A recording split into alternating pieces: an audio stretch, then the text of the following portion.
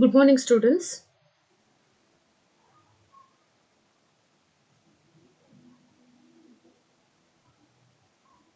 So, in the previous session, we had seen the first two chapters that comes under your module 4, that is about classes and objects. So, in classes and objects, we had seen how you can define a class. That is, you're using the keyword class followed by name of the class. Then after that, you're going to put a colon there. And after that, you can write the doc string, that is nothing but which is going to give you description of the class. Then in that particular chapter we had also seen about attributes, how you can give values to the attributes. We had given an example of point class and also rectangle. Then how you can create an object for a class, that is nothing but how you can that is instantiation. About that we had seen in the first chapter in this particular module. So all those was under classes and objects. Okay. Next chapter was classes and functions, in which we had spoken about another class time, and there we had seen how you're defining the class time, then how you're initializing the values to the objects. So all those we had seen in the second chapter. And also we had seen about pure functions and modifiers. So pure functions are those functions that do not modify any of the object it receives as argument, whereas when you say a modifier, these are the functions which are going to change one or more objects that it receives as argument. So that we had seen in the second chapter of this particular module, that is classes and functions. So now we'll move on with the third chapter of this module, that is classes and methods. Okay. So already that is some concept of object oriented programming language, that is classes and objects, we have already seen. So that is what here is the first topic, that is object oriented features. So Python is an object oriented programming language. So some of the features we have seen, that is classes, objects, we've already come across how you can instantiate, all those is done. So this Python provides features that support object oriented programming, which has this characteristics that include programs which include classes and method definition. So about classes we have already seen, methods we are going to see here in this chapter. So methods are nothing but even they are similar to functions, but with only slight difference, that is two syntactic differences between functions and methods. So methods are will be defined inside the class definition. Okay. So methods are also similar to functions, that is nothing but they consist of some set of code which is going to do some specific task. But only main difference is these methods will be defined inside the class definition. Okay. In order to make the relationship between class and method explicit, that is the main difference. Then syntax for invoking method is different from that of calling a function. So these are the difference between your class this functions and methods. Okay. So that is the first point here, characteristic, that is program should include class as well as method definition. So that is the first characteristic. Then most of the computation is expressed in terms of operations on object. So this Python is an object oriented programming language. So when you say object oriented programming language, everything will be in terms of object. uh, okay. So that is the thing here. Computation is expressed in terms of operations on objects, so everything will be treated as object. And computation means what operation will be done on those object. Then object can represent things in the real world. Yes, that's the same definition what we have already learned in OOC, that is your OOC subject. And methods often correspond to way things in the real world interact. So methods are nothing but how you are going to interact with this object, that is real in real world, how the interaction can happen between these objects. So that is what here we are saying. And object oriented features. So first of all, Python is an object oriented programming language. So some of the characteristics what you're going to say, your program should include both class as well as method definition. Okay. Class concept we have already seen how you can define a class. First of all, write the name keyword class followed by name of the class, then you have to put a colon. Okay. And method definition. So methods are nothing but they are similar to functions are nothing but which is going to do some specific task. Okay. But the main difference here is method should be defined within the class. That's the thing here.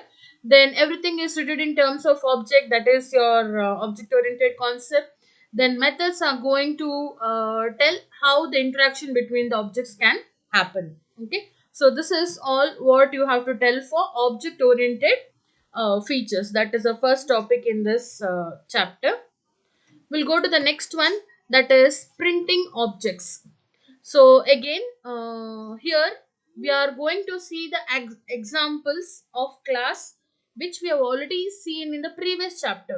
So in the previous chapter we had seen examples, that is of class time, that is time class. So the same example we are going to see once again here in this chapter. Okay.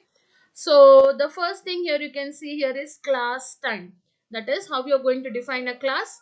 Keyword class followed by name of the class, and after that you have put a colon here. And within this quotes whatever you have written, that is nothing but it is called as a doc string. Okay.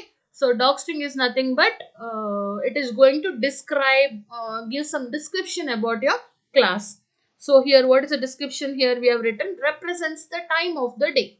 So this particular class, what is it going to do? It is going to represent the time of the day. And after that you can see here we have a function here. So here you can see we have used that def, that is define statement, followed by the name of the function. So here name of the function is print underscore time. And what is the argument you are passing? Argument you have passed is this time. So here time is nothing but here you can see this time whatever you are passing as an argument, that is an object. Okay. Of the class time. We'll see about it later. For time being, what is this? This is the definition of your function whose name is print underscore time. So already in the previous slide we said methods are similar to function, but only difference is methods will be defined inside the class. Okay. So here you can see here this is the function what you have written. So what is this particular function going to do? It is going to display you the hour, minute and second, that is time of the day. It is going to display you. Okay.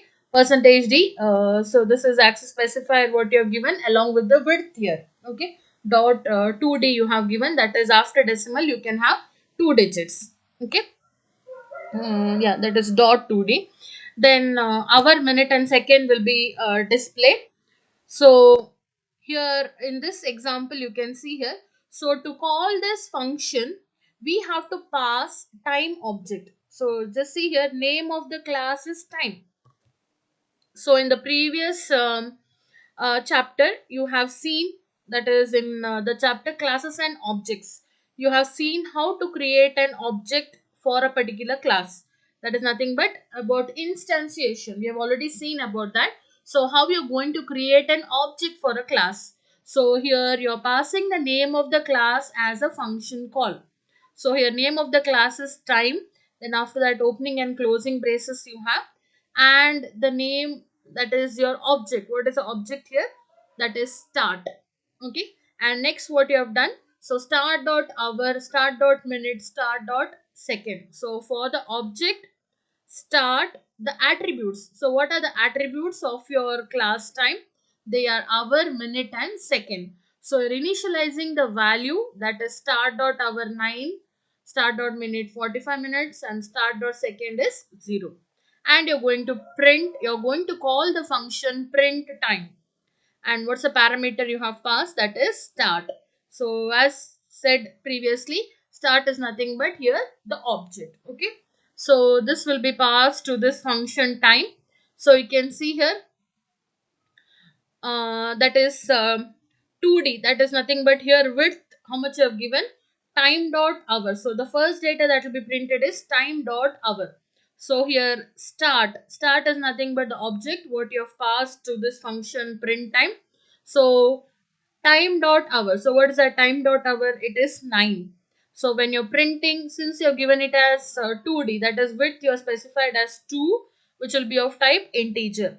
So 09 will be printed. Okay. Similarly, time. So time dot minute, that is nothing but you have initialized as 45. So 45 is printed.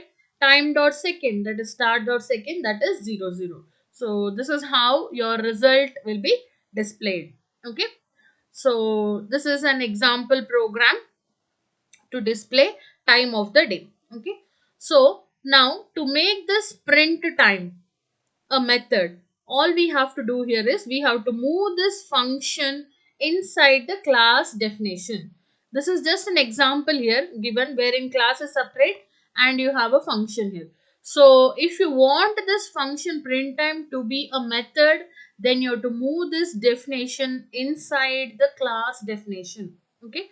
So you can see here class time followed by this you have written. So now what happened, this is the method. Okay. So the main difference between functions and methods are they are both the same.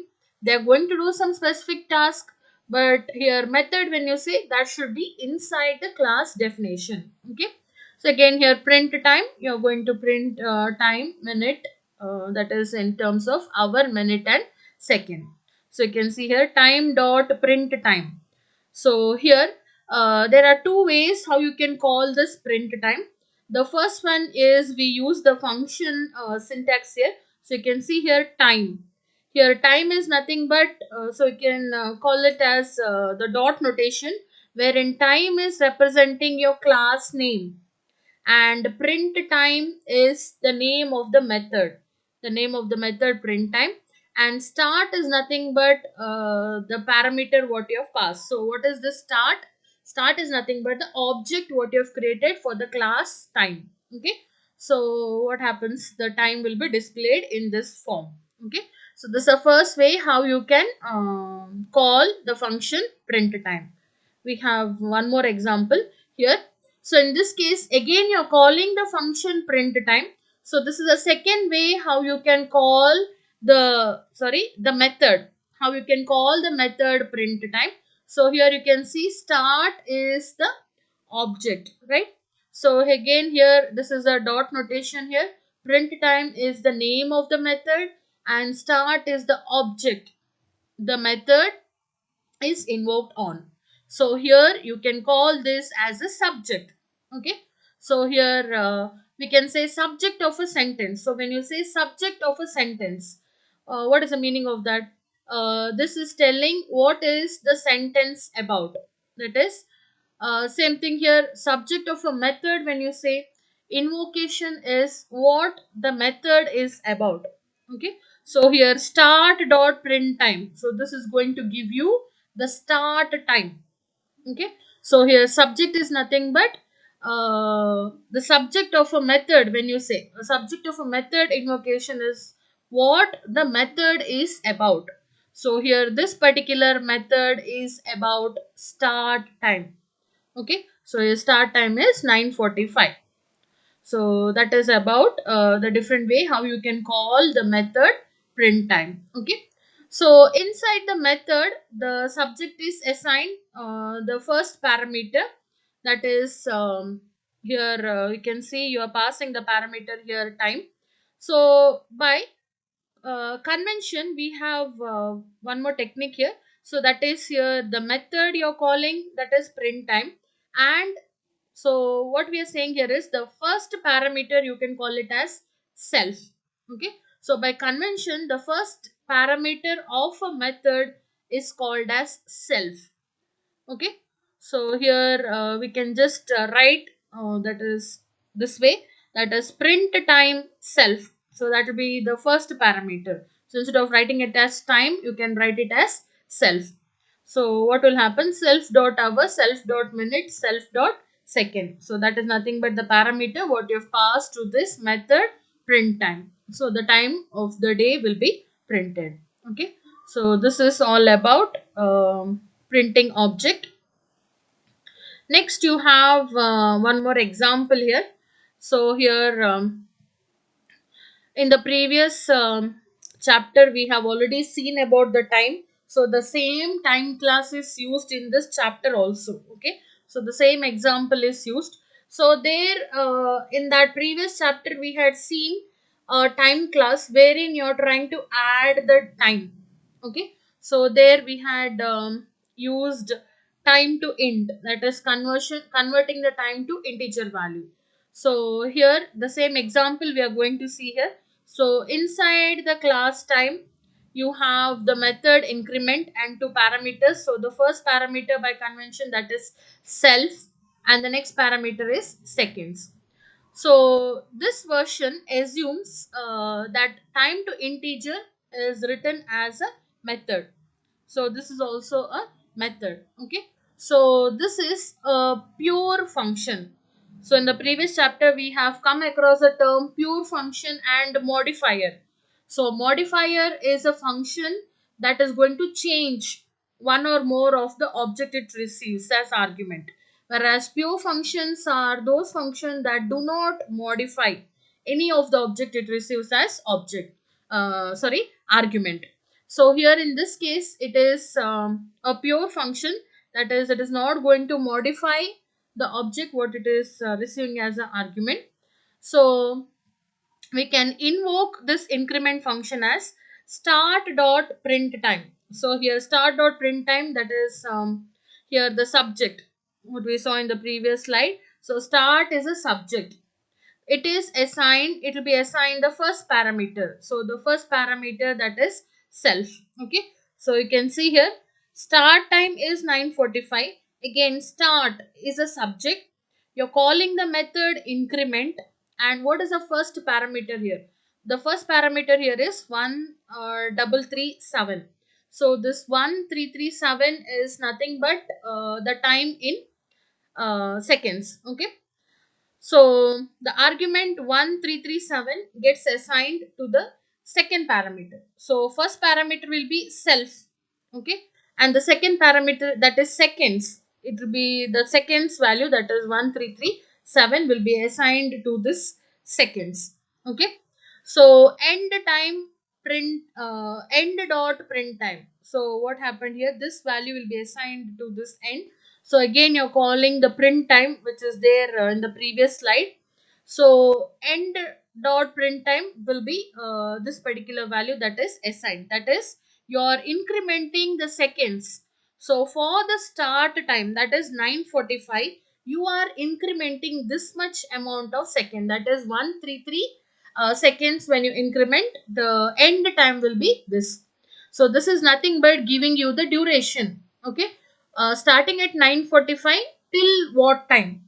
That is nothing but you are passing here to the increment function. So about increment we have already seen in the previous chapter, wherein you are increasing the value. Here what is the second parameter here? 1337. So that is nothing but seconds. So the original second, initially it will be 0. For that you are incrementing this value. So this function is going to return integer to time again in terms of seconds. So this is the answer what you're going to get. Okay, so this mechanism sometimes you can say it is as it can be confusing, especially if you make some error in this case when you're passing the seconds time. So if we invoke the increment with two arguments, so here the next example you can see here, the increment method, you are having two arguments here. So 1337 and 460. So here you can see this is treated as a second argument, that is seconds. So now here again you have passed two arguments. Now in this case you can see there is a error. So increment takes two positional argument but three were given. So what is this? You have passed only two. Still you are getting an error like this. That is three were given. So this error message, initially you might be confused with this, saying that I have passed only two argument, but it is saying that three were given. This is because there are only two arguments inside the parenthesis, right? But even then, three. Why? Because the subject is also treated as an argument. So for that purpose, you're going to get this error saying that two positional argument, that is end is also an argument. Okay, that is subject is also treated as an argument. but three were given here. So these two plus the subject. So the positional argument, you can say as an argument that does not have a parameter name. Okay, that it is that is it's not a keyword argument. So for that, what is the example you can see here? You can see here sketch, and the parameter you're passing is parrot, cage, and one more parameter, that is argument, that is dead. So you can see dead is equal to true. So here parrot and cage are called as positional argument because they do not have doesn't have a parameter name. Whereas dead is equal to true, you're calling it as a key argument since you've passed a value to this. Okay. So this is just an example.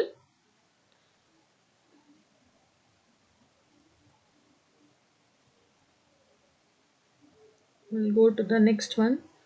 It is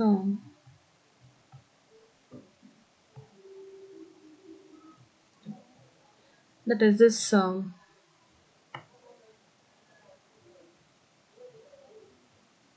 yeah, that is a more complicated example, only the term but nothing much in this. So again, the example, the class is same, that is time class. Okay. So here the method name is after. So self is the first parameter, then other. So return self time to integer, other time to integer, that is you're converting time into integer. Okay. So your rewriting is after, that is after already we have seen in the previous chapter, that is wherein you're converting the time to integer.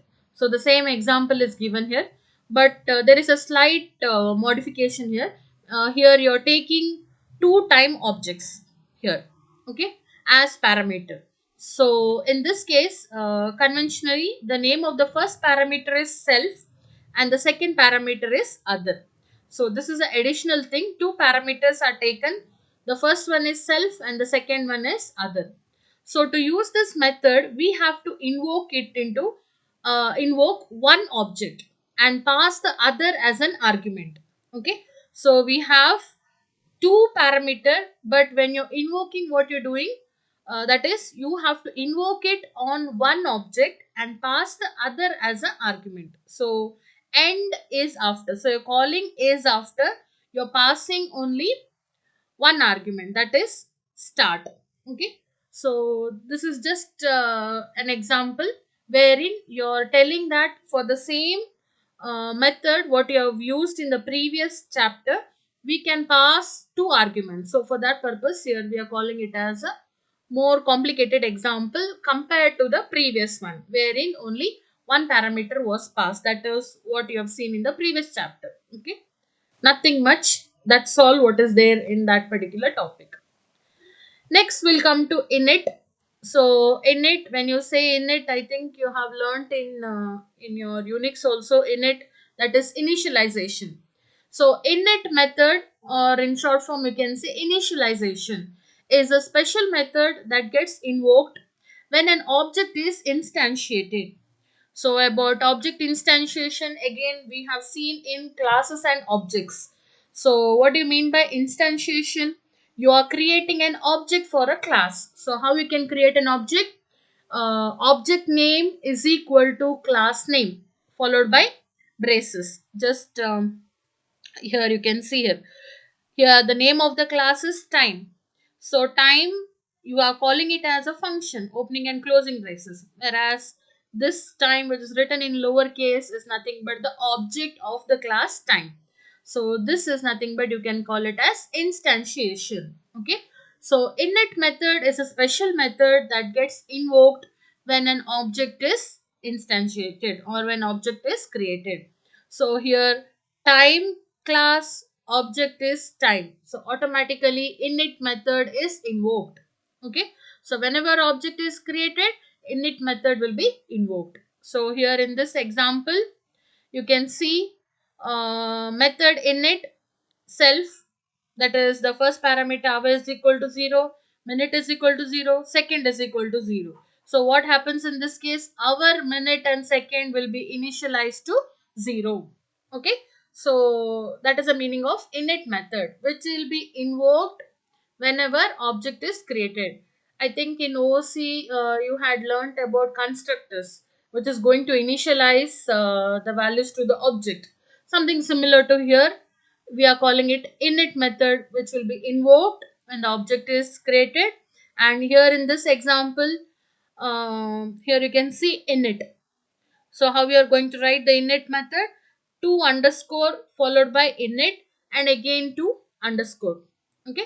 So here the init method for time class is this. Hour, minute and second will be initialized to 0. Okay. So that's the thing here. Now parameter. So init will have same name, that is attribute here. So self dot hour is equal to hour. So it stores the value of hour in the attribute self dot hour. Okay.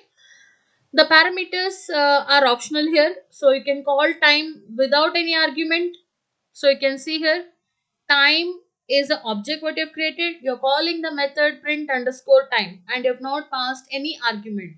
So when you're not passing any argument, by default it will be initialized to 0. That is one thing.